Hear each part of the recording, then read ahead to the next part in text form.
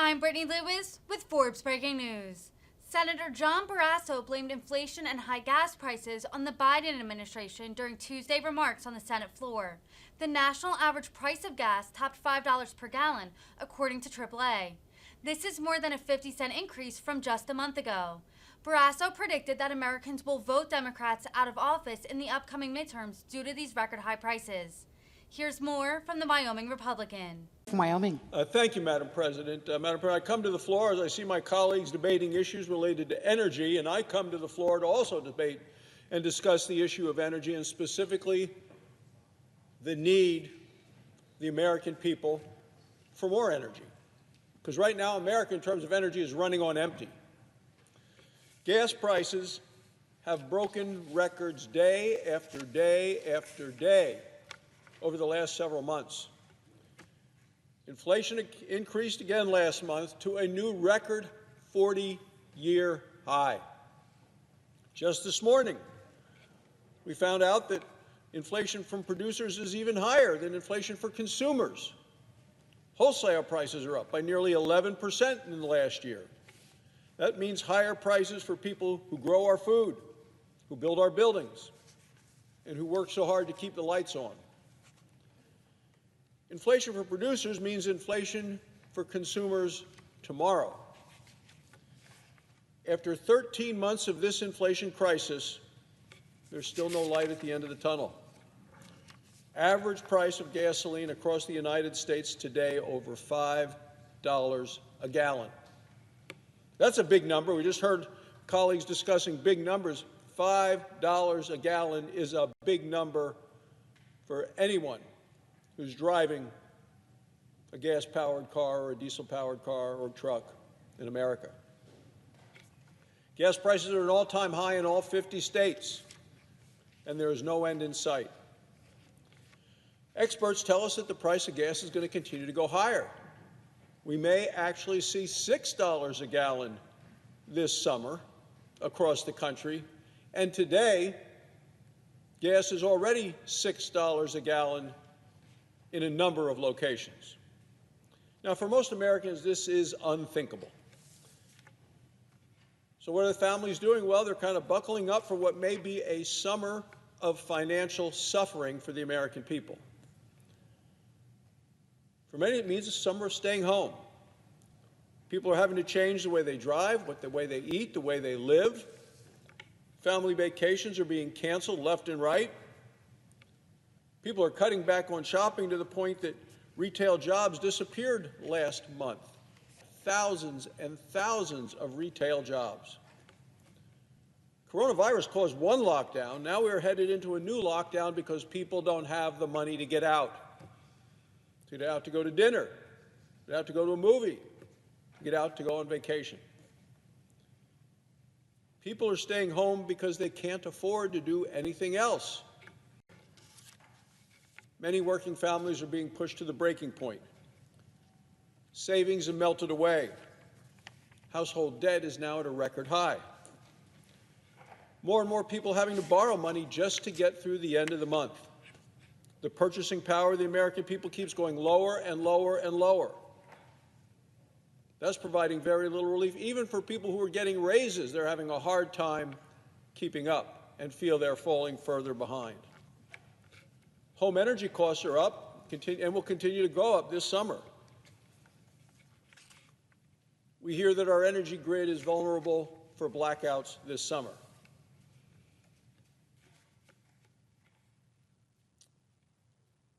Madam President, Democrats have been in power for over 17 months. We continue to do nothing to help the American people with this Biden-caused energy crisis. Now, Joe Biden's cabinet have been on tour talking and trying to mislead the American people about the energy crisis. We saw Pete Buttigieg and Gina Raimondo. They said that Joe Biden, just an innocent bystander, just standing there watching the world go by, nothing he could do about it. Commerce Secretary last week, she said, and this was on a national news show, she said, there isn't much can be done to produce more energy. Treasury Secretary Janet Yellen said Joe Biden has, quote, done everything he can to bring down energy prices. Everything he can? This is a blatant, bald-faced lie to the American people. Joe Biden and the Democrats have caused this American energy crisis. And Joe Biden seemed to brag about it at first, when in his first day in office he killed the Keystone XL pipeline, killing 800,000 barrels of oil a day to the United States.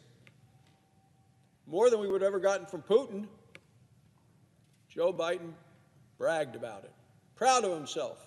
Stop those oil and gas leases as well.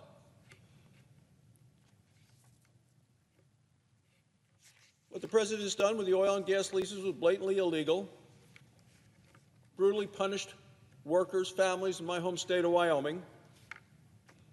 You know, after 16 months in office, President Obama had held 44 oil and gas lease sales. Joe Biden, not a single one. Senator from Alaska were here, she would say that Joe Biden shut down oil and gas production in the Arctic. For leases that were out there, drilling applications, thousands and thousands are in limbo because the administration just wants them to sit there. And now Joe Biden is furthering his attack on American energy. Not just blocking new leases, he's even going after thousands of existing leases that were sold during previous administrations, the Obama and the Trump administration. After just 16 months in office, and the American people know this, I'm not making any news here, Joe Biden is already the most anti-American energy president in American history. He has kept our energy production on lockdown, he's kept workers on the sideline, and he's kept energy buried in the ground. As a result, today we are still producing 1 million fewer barrels of oil today and every single day than we were producing in America before the pandemic.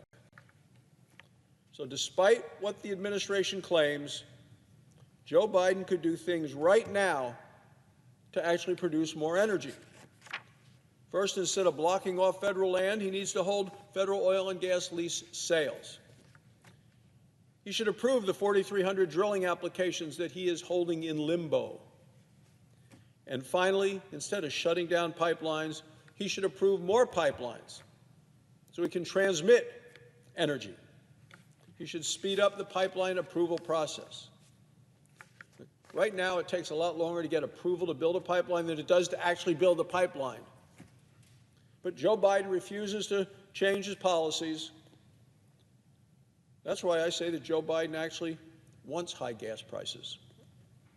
Democrats keep bragging about the so-called incredible transition. It's a transition that is strangling the American people. Joe Biden went on a late-night comedy show last week, was asked about climate change. He said right then, he said, there's an opportunity to move more rapidly to alternative energy. He seems to think everything is going according to plan. The climate elitists want prices so high that people can't afford to buy gas. The economists call this demand destruction. Democrats are working to achieve demand destruction through supply destruction. And the result is economic destruction, a destruction of the standard of living for the American people, all as they want because of their climate ideology.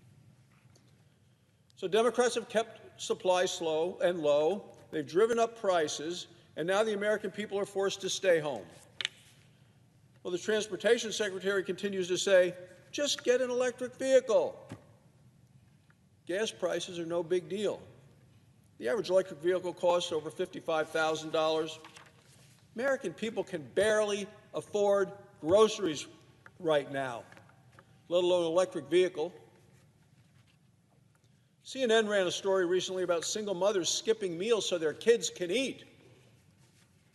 I would say to the Secretary of Transportation, how are they going to afford the electric vehicle, let alone find a place to charge it? Astonishing stories written in the press recently.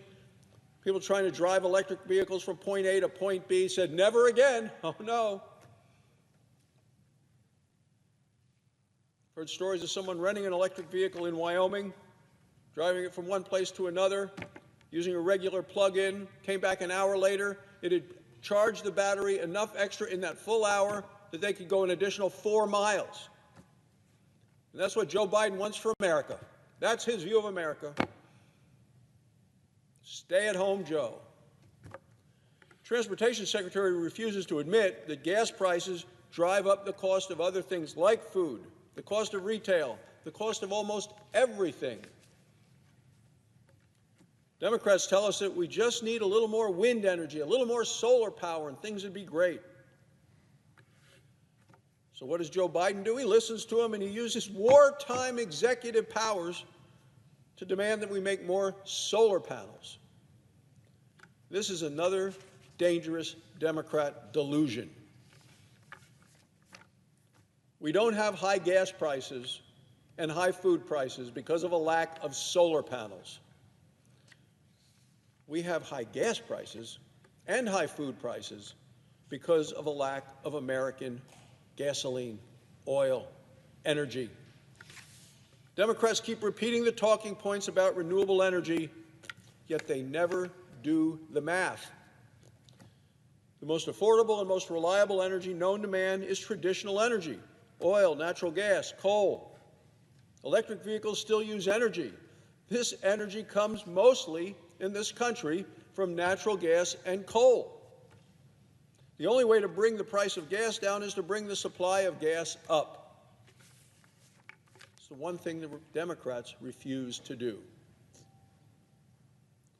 It's interesting to listen to some of Joe Biden's allies in the Senate who are threatening to make the Biden energy crisis even worse. They want to talk about bringing back their reckless tax and spending bill. This bill is more reckless today than it was last year. You put that kind of additional spending in the economy, that kind of additional debt. Inflation today is a lot higher than it was the last time they forced this kind of money onto the economy.